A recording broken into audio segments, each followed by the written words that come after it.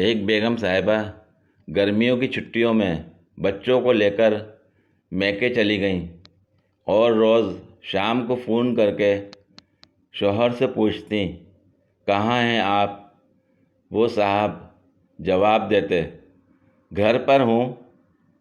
میں نے کون سی دوسری کے پاس جانا ہے؟ بیگم کہتی گھر کا جوسر چلا کر دکھائیں۔ شوہر اٹھ کر جوسر چلا دیتا، گھر گھر گھر۔ ایک شام بیگم صاحبہ بغیر بتائے گھر واپس آ گئیں۔ دروازے پر تالا لگا تھا۔ پڑوسن سے پوچھا یہ کب نکلتے ہیں، کب آتے ہیں؟ کچھ پتہ ہے؟ پڑوسن نے کہا روز صبح جوسر لے کر نکلتے ہیں، کب آتے ہیں یہ نہیں پتہ۔ اس کے بعد شوہر کا جوس بن گیا۔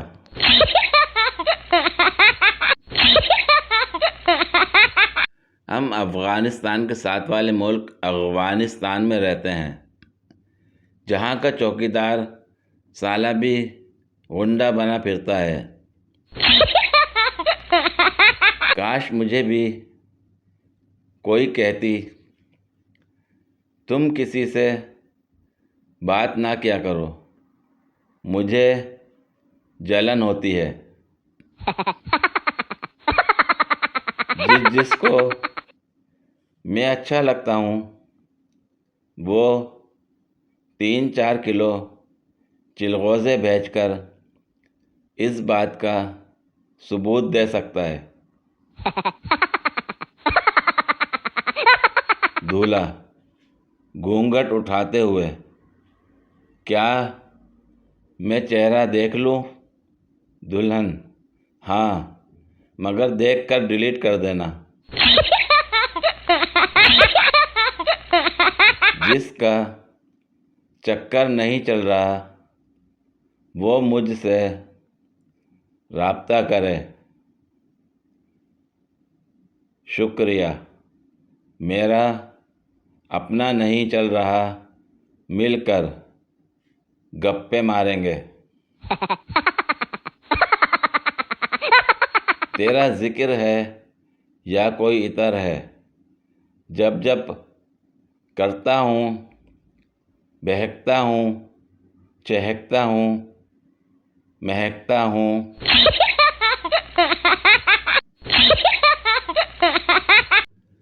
ایک صاحب نے شادی کی، نئی شادی تھی۔ اگلے دن ہی صبح سویرے دلہن سے بولے جلدی سے کھانا پکاؤ ورنہ فکرہ ادھورا چھوڑ دیا۔ دلہن بیچاری نے ڈرتے ڈرتے اور جلدی کھانا تیار کیا کہ پتہ نہیں ورنہ کیا ہو جائے گا۔ کچھ دیر گزری تو پھر حکم ہوا میرے کپڑے استری کرو ورنہ۔ وہ خاتون پھر اٹھیں، جلدی سے کپڑے استری کر کے دے دیے کہ پتہ نہیں کہ ورنہ کے بعد کیا ہوگا۔ پھر کچھ دیر گزری، کسی اور کام کے کرنے کا حکم ہوا اور ساتھ ہی ورنہ، اور اس کے بعد روزانہ ہی ہر کام کے حکم کے ساتھ ورنہ ضرور لگتا۔ کرتے کرتے اولاد پیدا ہوئی، بچے بھی جوان ہو گئے، لیکن ان صاحب کا وہی اسٹائل کہ ہر بات کا حکم اور پھر ورنہ۔ ایک دن وہ خاتون کسی بات پر غصے میں تھیں، اتنے میں شوہر نے حسب معمول حکم دیا کہ میرے لیے کھانا بناؤ ورنہ۔ محترمہ بہت غصے میں تو پہلے بیٹھی تھیں، کہنے لگیں ساری زندگی گزار دی میں نے تیری ورنہ کی گردان سنتے، آج بتا دو ورنہ کیا کر لو گے؟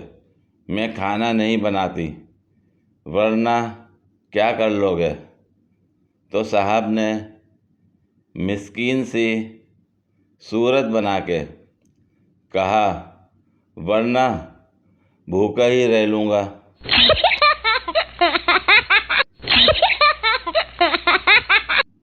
پوری ویڈیو دیکھنے کے لیے شکریہ۔ اگر ویڈیو پسند آئی ہو تو لائک اور شیئر کریں، کمنٹ میں اپنی رائے کا اظہار کریں۔ مزید ویڈیوز کے لیے میرے چینل کو سبسکرائب کریں۔ شکریہ۔